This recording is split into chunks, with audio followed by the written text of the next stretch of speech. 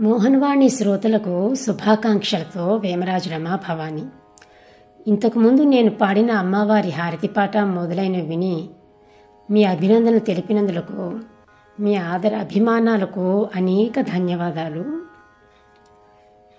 శ్రీ చెంగల్వల చంద్రశేఖరం గారు అనువాదం చేసిన పోతన భాగవతంలోని దశమస్కంధంలోని శ్రీకృష్ణ జననం శ్రీమతి వేమరాజు రేవతి గారు చదువుతుంటే మీరందరూ వింటూనే ఉండి ఉంటారు. అయితే అది వింటుంటే అన్నమయ్య కీర్తన ద్వారా నా భావన ఒక్కసారి నందగోకులంలోకి తొంగి చూసింది. సతులాల ఓ సతులాల చూడరే శ్రావణ బహుళాష్టమి కథలాయ నడురే కలిగే శ్రీకృష్ణుడు సతులాల ఓ సతులాల చూడరే శ్రావణ బహుళాష్టమి కథలాయ నడురే కలిగే శ్రీకృష్ణుడు సతులాల అంటూ గోపవనితలు మన యశోదమ్మ చిన్న మగపిల్లవాణిని ప్రసవించిందట, చూచి వద్దాం రండి స్తుతులారా అంటూ ఒకళ్ళనొక్కళ్ళు చెప్పుకుంటూ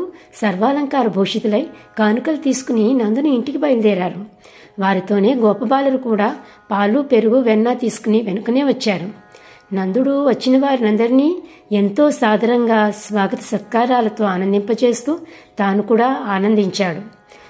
గోపికాశ్రీలందరూ ఊయల్లో ఉన్న నీలమేఘవర్ణంతో మెరిసిపోతూ నల్లని ఉంగరాల జుట్టుతో ఉండి కలువురేకులు కన్నులతో ఉన్నటువంటి బుల్లి కన్నయ్యను చూస్తూ ముద్రతో ముంచేస్తూ చిన్ని శిశు చిన్ని శిశు చిన్ని శిశు చిన్ని శిశు ఎన్నడూ చూడమమ్మ ఇటువంటి శిశు చిన్ని శిశు చిన్ని శిశు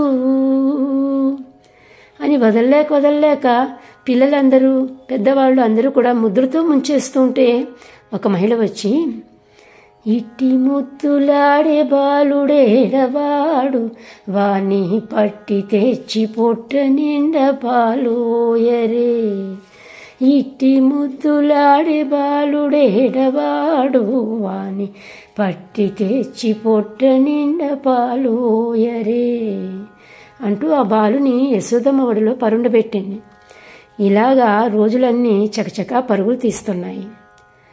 చిన్ని కన్నయ్య అందాల మోమని తనివి తీరా చూస్తూ నల్లని ఉంగరాల జుట్టుని చక్కగా దువ్వి నెమలిపించంతో అలంకరించి ముద్దుల బొద్దుల చేతులకి వంకీలు బంగారు కడియాలు తొడిగి చుబుకాన్ని పట్టుకుని అందంగా కస్తూరి తిలకం తీర్చిదిద్ది బంగారు మలతాడులోని మువ్వలు బుల్లిపాదాలుకున్న సిరిమువ్వలు సబ్బడి చేస్తూ ఆడుకుంటున్న చిన్ని కృష్ణుని ఒక కంట కనిపెడుతూ పనులు చేసుకుంటోంది యశోదమ్మ. అప్పుడే ఆనందంతో బుల్లి పాదాలతో చిన్నగా అడుగులు వేస్తున్న చిన్ని కన్నయ్యను చూసి పరమానందంతో గబగబా వచ్చి పడిపోకుండా సున్నితంగా పట్టుకుంది. అప్పుడే అటుగా వచ్చినటువంటి గోపికలు ఎంతో ఆనందంతో ఈ దృశ్యాన్ని చూసి, మన చిన్ని కృష్ణుడు అడుగులు వేస్తున్నాడు, ఇంక రేపటి నుండి మన ఇళ్ళకు కూడా వస్తాడు, మనం పాలు పెరుగు వెన్న జున్ను పళ్ళు ఇంకా ఎన్నో మధుర పదార్థాలు సిద్ధం చేసుకోవాలి, రండి రండి అంటూ యశోదమ్మతో కలిసి చిన్నివానికి ఎటువంటి చెడు దృష్టి తగలకుండా దిష్టి తీసి వారి ఇళ్ళకి వెళ్ళారు. ఇది నిజమే అయి ఉండొచ్చు కూడా. చిన్ని కృష్ణుని అలా పెంచడం అన్నది ఆ తల్లిదండ్రుల గొప్పతనం. వారు కన్నయ్యను అతిగా ప్రేమించినా పిల్లవాడు తమకే సొంతం అని వాళ్ళు ఏనాడూ అనుకోలేదు. మనవాడు అనుకోబట్టే గోకులంలో ప్రతి ఒక్కరూ కూడా కృష్ణుడు వాళ్ల కొడుకే అని ఆనందానుభూతి చెందారు.